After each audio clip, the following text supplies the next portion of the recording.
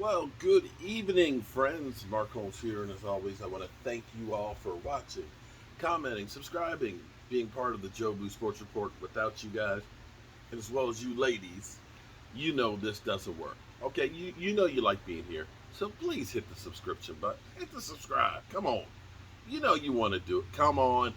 Hit it. Hit it. I'm close to 37,000. Come on. Help me get over that. Let's see if we can do that before the end of May.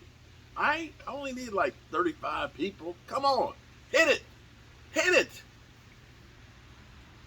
Ah, boy. I started thinking today, with everything that's going on with so many teams, how this has been refreshing this offseason. I don't know if it's going to change anything for our Cowboys, but when I think about last year, coming off of the season of firing Jason Garrett after 10 years of being a coach, we had all that drama. We had all the new coaches, Mike Nolan. Some people, of course, in the beginning were, this is not a good hire. And apparently, a lot of people were right about that one. I always try to do this, okay? ESPN is known, ESPN as well as Fox Sports 1, as manipulating the numbers and try to make the narrative that they want. Because it's dictated upon or predicated sounds better, predicated on getting people to watch, causing a reaction. When Stephen A. Smith says something outlandish about the Cowboys, you get people who cheer. Yeah, we hate the Cowboys. Or you get people that say, oh my God, listen to this. Did you hear what he said? Regardless of whether it was right or wrong, we develop a reaction to it. That's their thing. That's what they do. And they're great at it. Because they do what you ultimately want to do. You could call it being a troll. I guess you could, the way they troll the Cowboys and Dak Prescott. What I try to do is I try and accentuate the positive, eliminate the negative, have faith in pandemonium.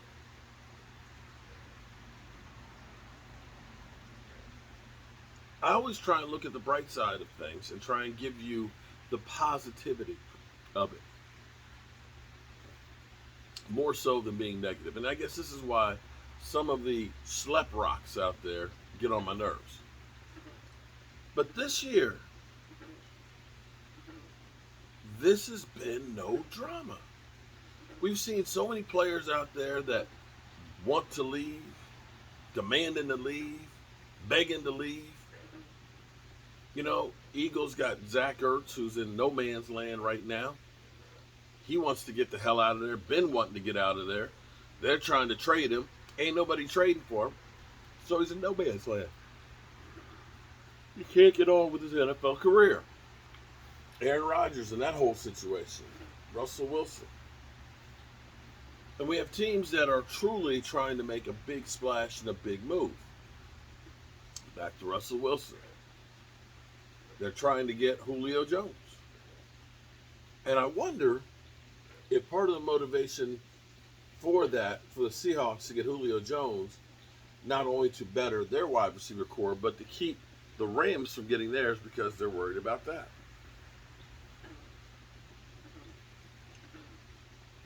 It's crazy. But the Cowboys have done, subtle things, subtle moves to try and bolster the roster, try and make themselves a better team. But more than anything else, and I don't know if this is going to work or not, everything always looks great in May. It's come September when you start playing games. It's really going to I'm sorry, I'm tired. It's been a long day. And it seems like it's just been a long couple of weeks.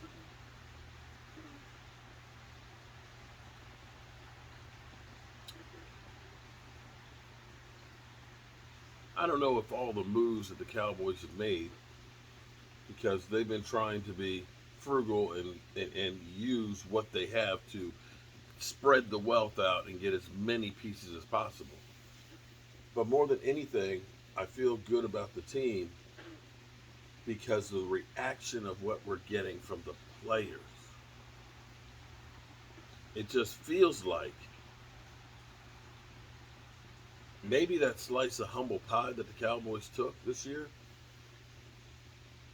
maybe guys not being on the field, you know, Dak Prescott, of course, having, I got paid, but how long do I have? I am not Superman. I can break. I got to make a move here soon. Zeke Elliott, after hearing all the people talking about, you're done, dude. You're overpaid. Trade his ass. It seems like he's got a bit of a hunger.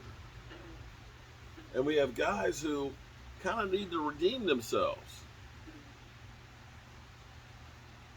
It was an interesting little tad bit, and this is how things kind of get started. How people will now say, oh man, I heard the Cowboys were trading Vander Esch. It's so easy for a rumor to get started. A Pittsburgh Steelers writer did an article and said the Steelers aren't one to make big trades. However, they were enticed and intrigued by Leighton Vander Esch when he was at Boise State.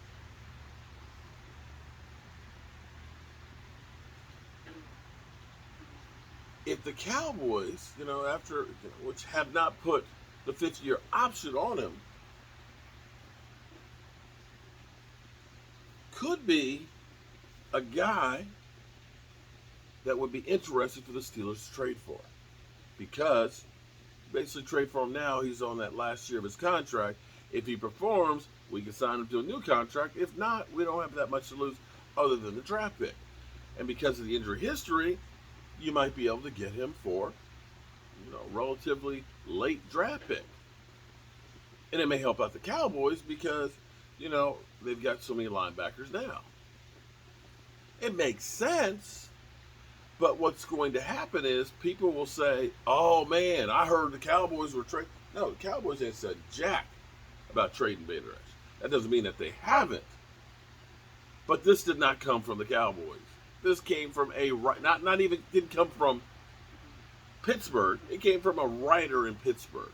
And this is how people will think shit's going on.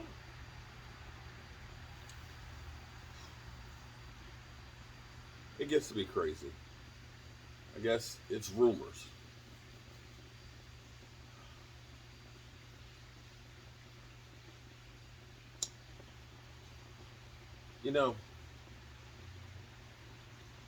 I got no plan tonight here on what I was talking about. I just sat down here. So this is a lot of stream of consciousness. So forgive me if it's not like it usually is.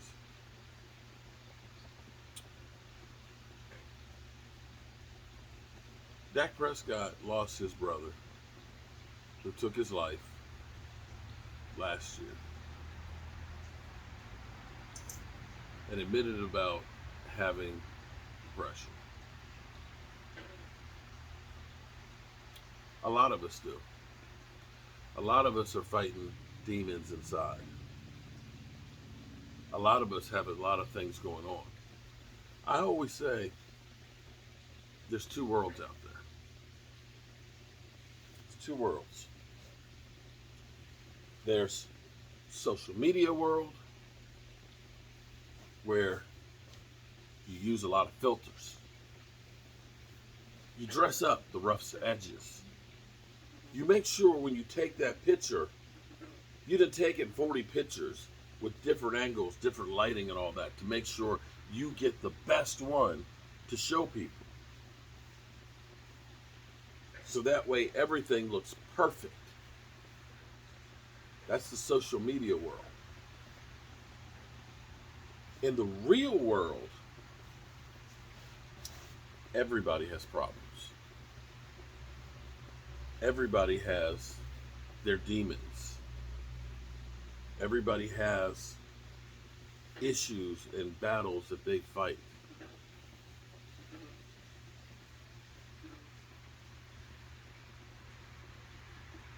I sometimes deal with depression. And normally, when I get depressed, I know I'm depressed because I just want to sleep. I just want to just shut off. And that's when I know I'm getting into a funk.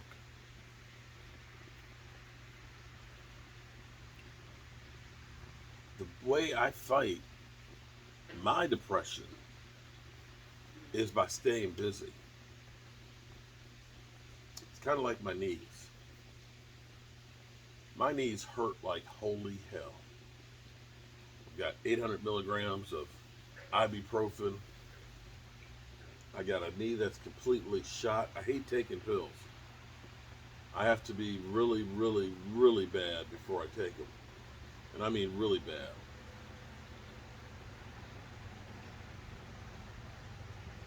But when I don't think about the pain, it doesn't stop me. The time I start thinking about the pain usually is when I stop moving. And then people always say, just rest, man, take it easy. That gives my mind time to realize this shit hurts. So I stay busy. As long as I'm constantly moving, it's constantly, if I am busy, if my mind is occupied, I don't feel the pain in my knees, or I don't have time to realize that depression. You know what I mean?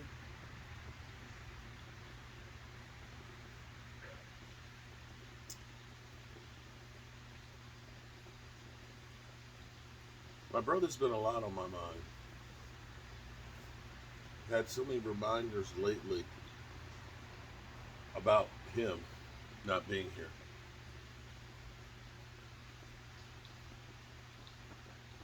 I've been blessed that I hadn't lost anybody close to me.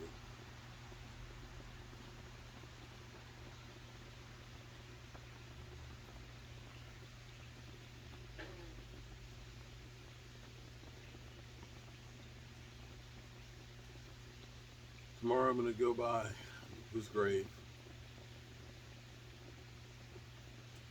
and leave some flowers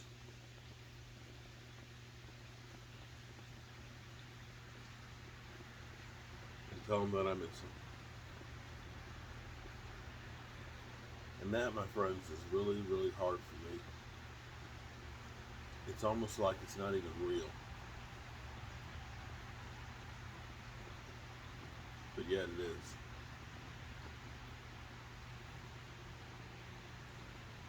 And I just don't know how to deal with it. Well, I'm really tired. It's been a long week. This video's getting kind of long. And I think I'm going to go take me a shower, and I think I'm going to go to sleep. God willing, I'll see you guys tomorrow. Hope that you are having a great Memorial weekend. And understand something. If you are feeling down, you're not the only one. Find somebody, find a friend to talk to and let them know how you're feeling. Have a great night, people. And God willing, I'll see you in the morning.